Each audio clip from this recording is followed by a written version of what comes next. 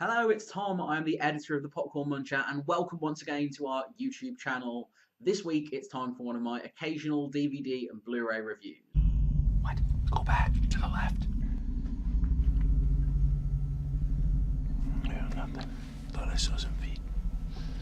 Feet?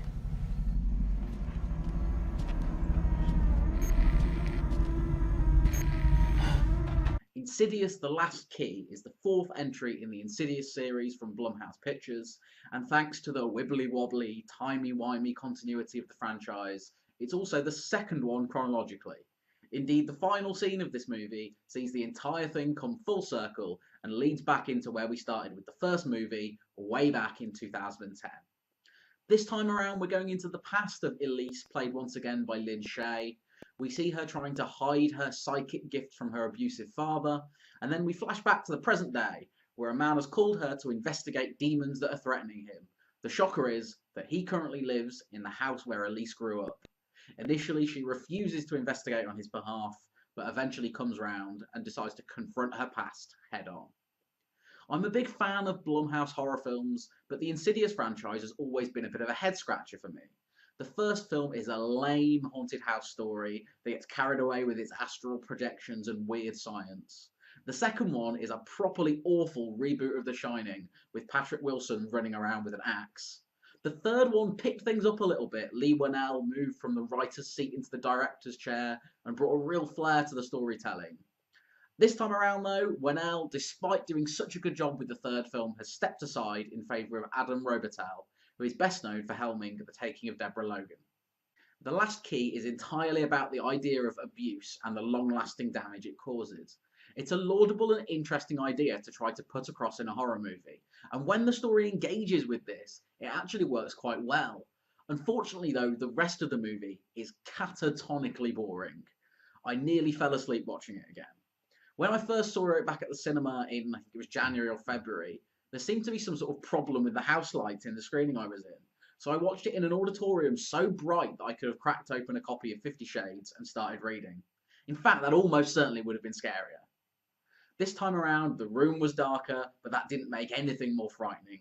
It's still the same tedious revolving door of set pieces that the franchise has always featured, and the fact that the story is slightly more interesting from a character perspective does nothing to help that.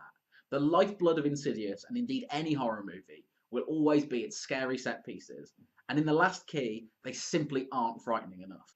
Chief among the supposed frights this time around is Keyface.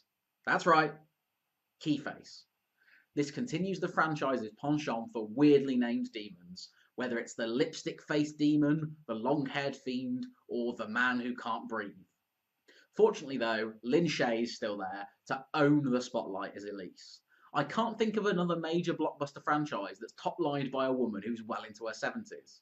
And Elise is undoubtedly a great protagonist, brought to life by Shaye's tremendous performance. Unfortunately, The Last Key sees her saddled with some of the worst dialogue ever, whether she has to straight-facedly say, "There are so many spirits here, it's hard to tell the good from the bad," or even the utterly balmy line, "It's not a literal door, it's a metaphysical one." With that level of screenwriting nonsense, even the most weighty of performers can only lift the material so high. If there's any justice in the world, this will be the last we see of the Insidious franchise. However, that's not the world we live in. The Last Key is the highest grossing of all of the films in the Insidious series, making more than $160 million globally from a meager budget of just $10 million.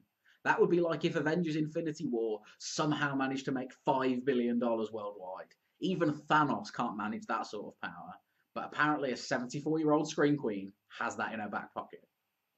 So it pretty much condemns to watch Insidious films forever, heading back into the further every couple of years for a selection of formulaic scares, tedious character development, and demons with really weird names.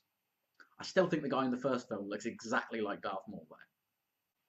But let me know what you think of Insidious: The Last Key. Are you still on board with this franchise? Have you ever been on board with it? Do you think we'll get another entry? And do we need one? Let me know in the comments section, and be sure to leave a like on this video. Also, subscribe to the Popcorn Muncher channel and head over to thepopcornmuncher.com for all of our reviews, other film coverage, lots of really fun stuff, including, of course, our review of Deadpool 2, the biggest film of the week. But in the meantime, our social media feeds are also in the description below, and be sure to come back next week for another video. Thanks for watching.